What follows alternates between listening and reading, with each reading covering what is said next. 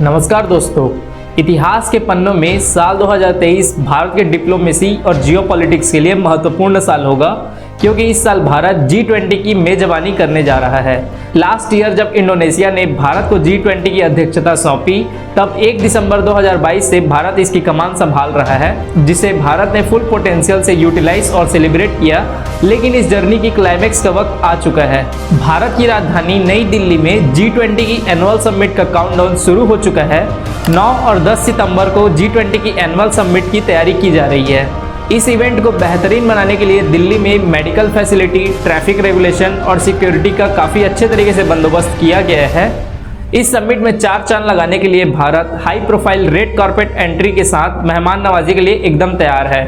आखिरकार G20 का मतलब होता क्या है, इसकी शुरुआत कब हुई और इससे भारत को क्या फ़ायदा होगा, आइए आज के इस वीडियो में G20 के बारे में पूरी डिटेल से जानने की कोशिश करते हैं।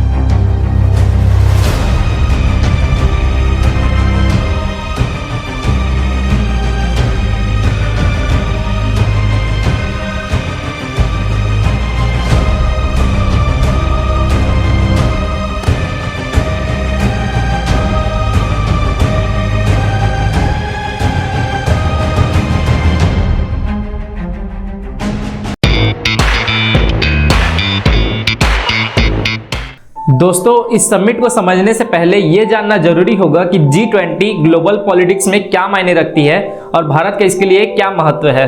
दरअसल G20 का मतलब होता है ग्रुप ऑफ 20, जो कि 19 पावरफुल कंट्री और यूरोपियन यूनियन का ग्रुपिंग है। G20 का आयोजन साल में एक बार होता है। हालांकि 2008 में शुरुआत के बाद 2009 और 2010 में इसका आयोजन 2 बार किया गया था।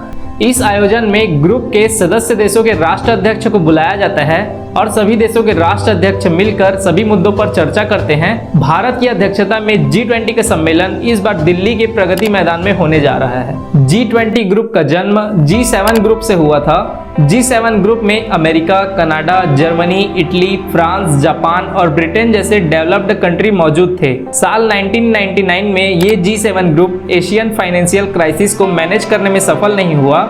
ये क्राइसिस थाईलैंड से ओरिजिनेट हुई थी और तब थाईलैंड इस ग्रुप का पार्ट नहीं था।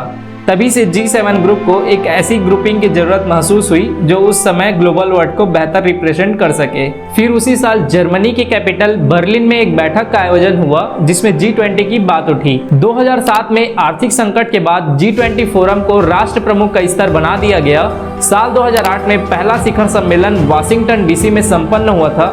उसके बाद इसकी वैल्यू को समझते हुए साल दर साल इसका बैठक आयोजित किया जाने लगा। G20 की अध्यक्षता हर साल अलग देश करता है। पिछले साल इसकी बैठक इंडोनेशिया में आयोजित हुई थी। उसके बाद इंडोनेशिया ने भारत को इसका जिम्मा सौंपा था। इस बार भारत इस ग्रुप की मेजबानी कर रहा है। अब भारत ब्राजील को यह जिम्मेदारी सौंपेगा और अगले साल G20 का बैठक ब्राजील में आयोजित की जाएगी। यदि इसके वर्किंग पर गौर करें तो G20 का एजेंडा मुख्यतः 2 चैनल पर बटा होता है, जिसमें पहला है फाइनेंशियल ट्रैक और दूसरा है शेरपा ट्रैक। फाइनेंशियल ट्रैक के मेंबर्स में फाइनेंस मिनिस्टर और सेंट्रल बैंक गवर्नर शामिल होते हैं और ये फाइनेंशियल सेक्टर से जुड़े मुद्दों को एड्रेस करते हैं, जबकि शेरपा ट्रैक में डिप्लोमेट्स और एक्सपर्ट फाइनेंशियल मैटर के बियॉन्ड जाकर employment, climate change, in health care, agriculture, food security और सस्टेनेबल डेवलपमेंट जैसे बाकी सभी इशूज को एड्रेस करते हैं। ये शेरपास मेंबर कंट्री के हेड ऑफ स्टेट द्वारा अपॉइंटेड होते हैं और उनके पर्सनल रिप्रेजेंटेटिव के तौर पर G20 अटेंड करते हैं। मेन सिग्निफिकेशन की बात करें तो G20 ग्रुप दुनिया की 60% पॉपुलेशन, 85% GDP और 75% ट्रेड को रिप्रेजेंट करता है। भारत ने इस G20 प्रेसिडेंसी की अपॉर्चुनिटी का पूरा फायदा उठाते हुए देश के ओवरऑल डेवलपमेंट के लिए कैपिटलाइज करने का पूरा इंतजाम किया है। लास्ट ईयर 1 दिसंबर से जब से भारत ने इस पद को संभाला है, भारत के अलग अलग जगहों में ये जन आंदोलन की तरह सेलिब्रेट किया जा रहा है।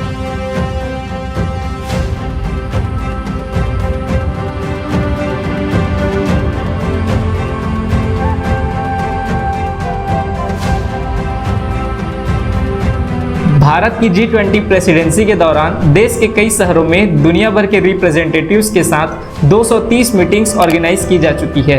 यदि इस समिट के पार्टिसिपेंट की बात की जाए तो US president Joe Biden, British prime minister Rishi Sunak, सऊदी अरब के Mohammed bin Salman, French president Emmanuel Macron, Australian prime minister Anthony Albanese, German chancellor Olaf Scholz, Japanese prime minister Fumio Kishida और ब्राजील प्रेसिडेंट लुइस इनाशियो समेत लगभग 40 high profile leader इस summit का हिस्सा बनने जा रहे हैं।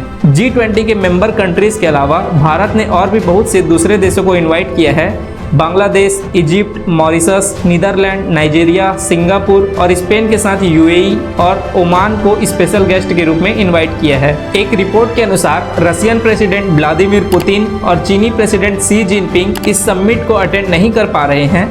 मीडिया में इसके कई अलग अलग कारण बताए जा रहे हैं, लेकिन रसिया और यूक्रेन की टेंशन के कारण पुतिन की एब्सेंस होने वाली है और वो अपनी एब्सेंस को टेलीफोन कन्वर्सेशन द्वारा भारतीय प्राइम मिनिस्टर को ऑलरेडी कन्वे कर चुके हैं। और मीडिया के अनुसार चाइनीज प्रेसिडेंट शी जिनपिंग के जगह उनके रिप्रेजेंटेटिव ली अटेंड कर सकते हैं।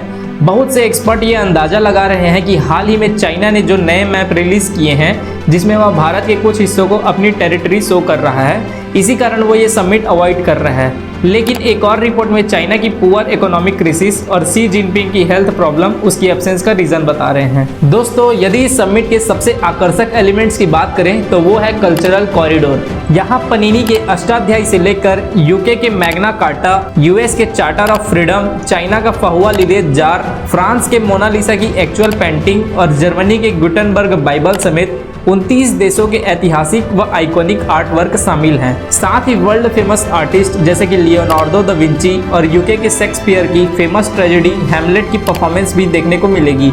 यहाँ कास्का नामक रशियन आउटफिट से लेकर इटली के जियोवानी एंजेलो द्वारा 2nd सेंचुरी में स्कल्प्टेड अपोलो बेल्वेडेर और साउथ अफ्रीका की स्टेक फाउंटेन में डिस्कवर्ड 25 से 28 लाख साल पुरानी फॉसिल मिसेस प्लेस भी शामिल है। नेशनल हेरिटेज की कैटेगरी में यूएस के ग्रैंड कैनियन, नीदरलैंड की वेडन सी, भारत की हिमालय और गंगा और रसिया का बैकल लेक डिस्प्ले किए जा रहे हैं। भारत के इनटेजिबल हेरिटेज की लिस्ट में भीमबेटका केव पेंटिंग्स, योगा, कुंभ मेला, वैदिक चैटिंग्स, चोला ब्रोन और पाटन पटोला वीविंग देखने को मिलने वाली है। इनमें से ज़्यादातर आर्ट क्राफ्ट को 4 मंथ के लोन पर बोरो किया गया है। इन्हें 9 सितंबर को भारत मंडपम में अनवील किया जाएगा।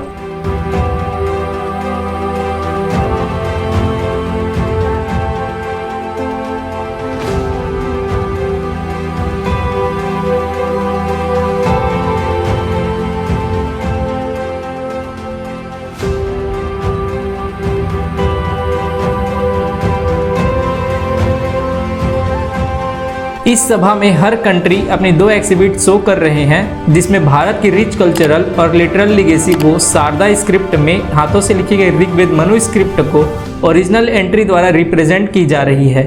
ऋग्वेद वसुधैव कुटुंबकम की स्पिरिट को आउटलाइन करता है और कहीं न कहीं यही भारत की G20 प्रेसिडेंसी की थीम रही है, जिसका विजन है 1 अर्थ, 1 फैमिली, 1 फ्यूचर।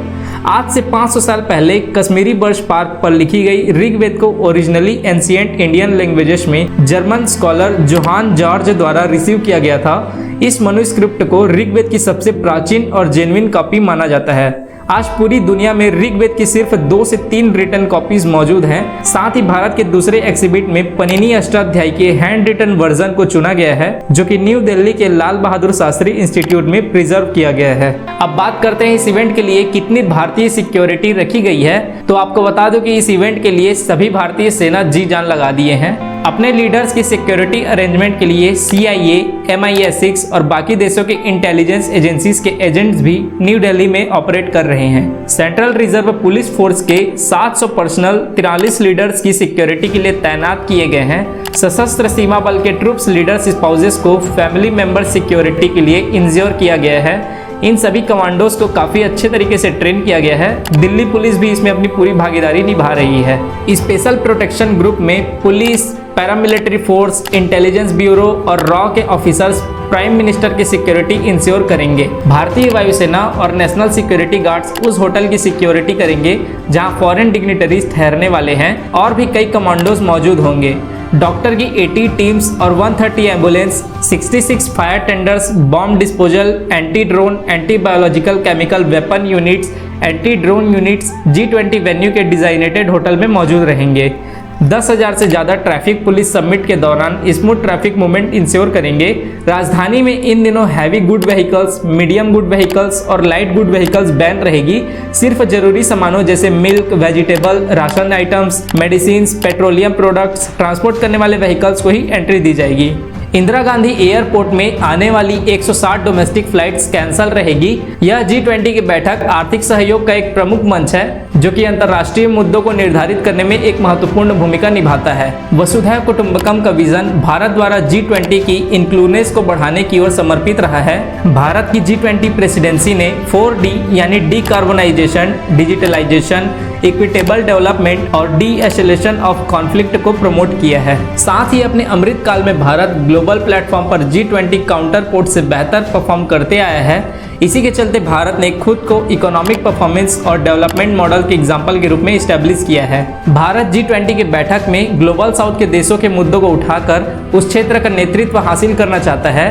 G20 की बैठक पर आर्थिक विकास, पर्यावरण, स्वास्थ्य, शिक्षा, कारोबार पर सहयोग बढ़ाने के लिए भी चर्चा होगी। हमारे प्रधानमंत्री मोदी जी को यह भरोसा है कि 2047 तक भारत एक विकसित राष्ट्र बन जाएगा। साथ ही भ्रष्टाचार, जातिवाद और सांप्रदायिकता की भी नए भारत में कोई जगह नहीं होगी। G20 के बारे में बनाई गई ये वीडियो आपको कैसे लगी कमेंट करके जरूर बताइए और इसी तरह के इन्फॉर्मेटिव वीडियो के लिए हमारे चैनल को सब्सक्राइब करें। धन्यवाद।